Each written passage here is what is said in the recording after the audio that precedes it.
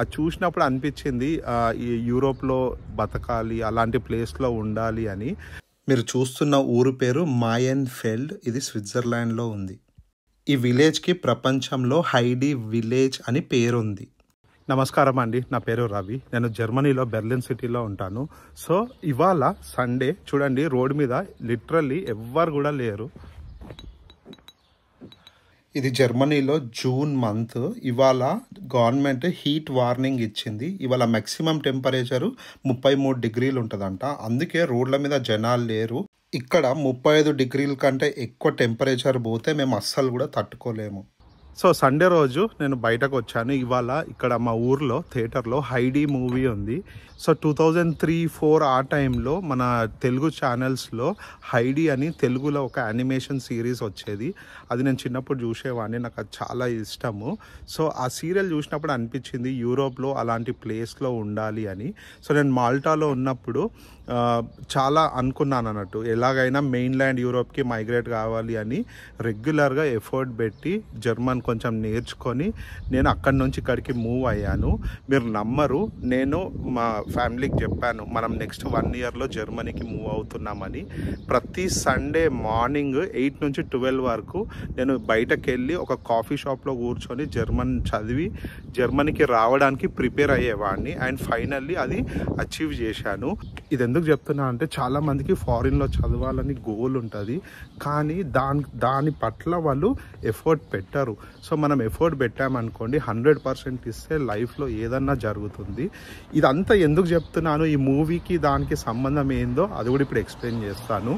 So నాకు లైఫ్లో చిన్న కోరికలు ఉన్నాయి. ఏంటంటే, ఇప్పుడు నాకు నెక్స్ట్ ఇయర్ వరకల్లా జర్మన్ సిటిజన్షిప్ వస్తుంది. అది వచ్చాక నేను స్విట్జర్లాండ్ మైగ్రేట్ అవుదాం అనుకుంటున్నాను ఫ్యామిలీతోని.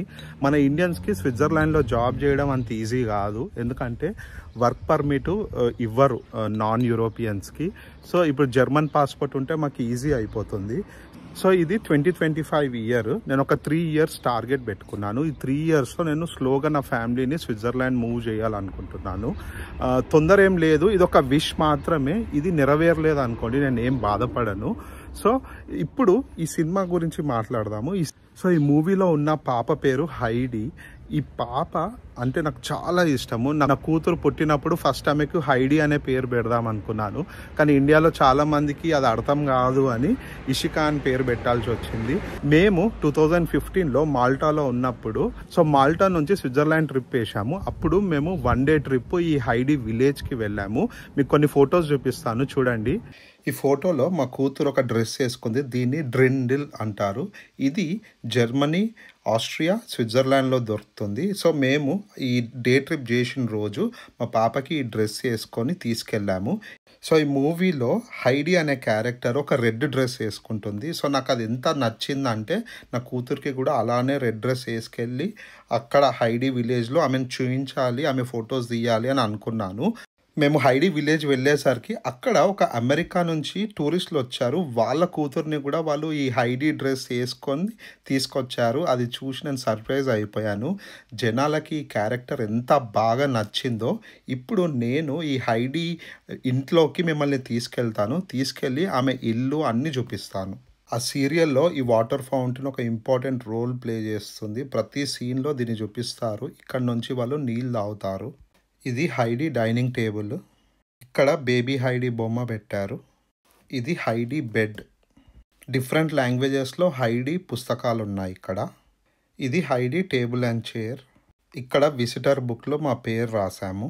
సో ఇప్పుడు ఈ మూవీ గురించి చెప్తాను. ఈ మూవీలో ఉన్న పాప పేరు హైడీ. ఆమె తల్లిదండ్రులు చనిపోతారు. అప్పుడు ఆమె ఆంటీ ఆమెను పెంచుకుంటుంది అన్నట్టు. సో ఫ్రాంక్ఫర్ట్లో ఆంటీ జాబ్ చేస్తుంది. ఆమె ఒక రిచ్ ఫ్యామిలీలో మెయిడ్ లాగా పనిచేస్తుంది. సో ఆమె దగ్గర టైం ఉండదు అన్నట్టు. సో పాపను పెంచలేనని తీసుకెళ్ళి వాళ్ళ తాత దగ్గర వదిలేస్తుంది. వాళ్ళ తాత ఒక పల్లెటూరులో ఉంటాడు, మౌంటైన్స్లో. తాతకి ఆ పాప తనతో ఉండడం ఇష్టం ఉండదు, కానీ తర్వాత వాళ్ళిద్దరి మధ్యలో బాండ్ పెరుగుతుంది. ఆ పిల్ల ఆ పల్లెటూరులో ఎలా బతుకుతుంది, ఎలా లైఫ్ లీడ్ చేస్తుంది, దాని గురించి ఈ స్టోరీ. తర్వాత ఆమెకు కొంతమంది ఊర్లో ఫ్రెండ్స్ అవుతారు. చాలా బాగుంటుంది.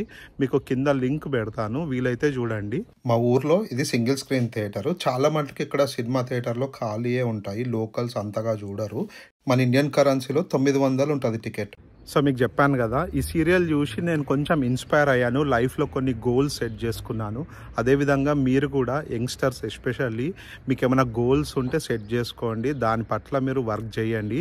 ఒకవేళ మీరు ఈ ఇయర్లో సాధించలేకపోతే ఇంకొక 1 ఇయర్కి పోస్ట్పోన్ చేయండి.